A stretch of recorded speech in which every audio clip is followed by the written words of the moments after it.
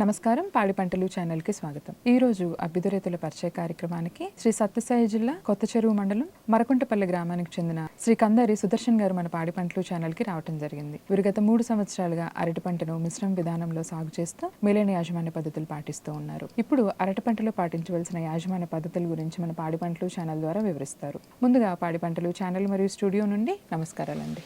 నమస్కారం. మీరు అరటి ఎంత విస్తీర్ణంలో సాగు చేస్తున్నారండి? అదేవిధంగా ఏ రకం సాగు చేస్తున్నారు? మేడం, మేము అరటి 5.5 ఎకరాల్లో సాగు చేస్తున్నాం మేడం. రకం వచ్చేసి G9లో విలియమ్స్ పెట్టాము. అరటి పంటలో మేలైన దిగుబడులు పొందడానికి మీరు ఎటువంటి ఎరువుల యాజమాన్యం అనేది పాటిస్తున్నారో ఒకసారి చెప్పండి. మొక్క పెట్టుకున్న తర్వాత మొదట్లో 15 రోజుల వరకు ఏం అవసరం లేదండి. 15 రోజుల తర్వాత నుంచి 319 కానీ MOP కానీ 13-061 కానీ ఈ ఎరువులు అనేది వీక్లీ 3 times ఆర్ 2 times అనేది ఇవ్వడం జరుగుతుంది.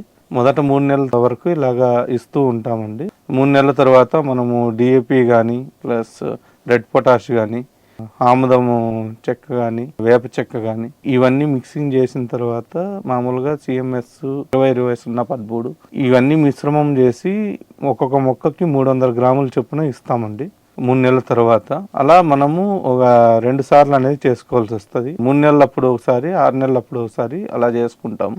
మామూలుగా మొక్క నుంచి ఒక అడుగు దూరంలో ఒక చిన్న గొయ్యలాగా తీసి అందులో ఒక 300 గ్రామ్స్ అనేది వేసి దాని మీద మొత్తం మన్ను అనేది కప్పి పెట్టడం వల్ల డైరెక్ట్ గా సోర్స్ అనేది ఉంటుంది. వాటర్ ఎప్పుడైతే పడుతుందో డైరెక్ట్ గా మొక్క తీసుకోవడానికి ఆస్కారం ఉంటుంది. గెల అనేది రావడానికి ఒక 20 రోజుల ముందర మనము white potash plus calcium nitrate plus 13-061 0-050 అనేది ఒకటి ఉందండి. ఇది వదులుకోవడం వల్ల మనకు ఒకేసారి గొల అనేది వస్తుంది.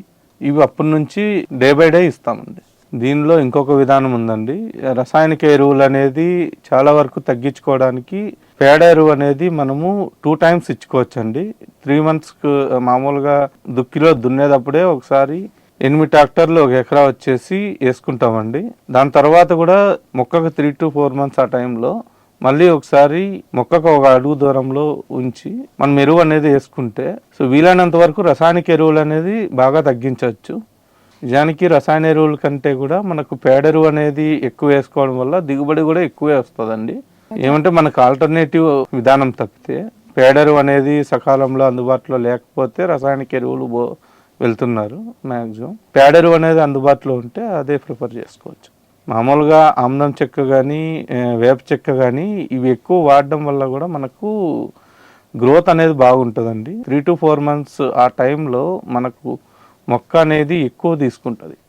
ఆ టైం స్టార్టింగ్ స్టేజ్ అనమాట. గ్రోత్ అవ్వడానికి బాగా తీసుకుంటుంది. ఆముదం చెక్క అనేది బాగా యూజ్ అవుతుందండి ఆ టైంలో. మేలైన దిగుబడులు పొందడానికి అరటి పంటలో పాటించవలసిన ఎరువుల యాజమాన్యం గురించి రైతు సోలకు చాలా చక్కగా వివరించారండి. ధన్యవాదాలు. ధన్యవాదాలు.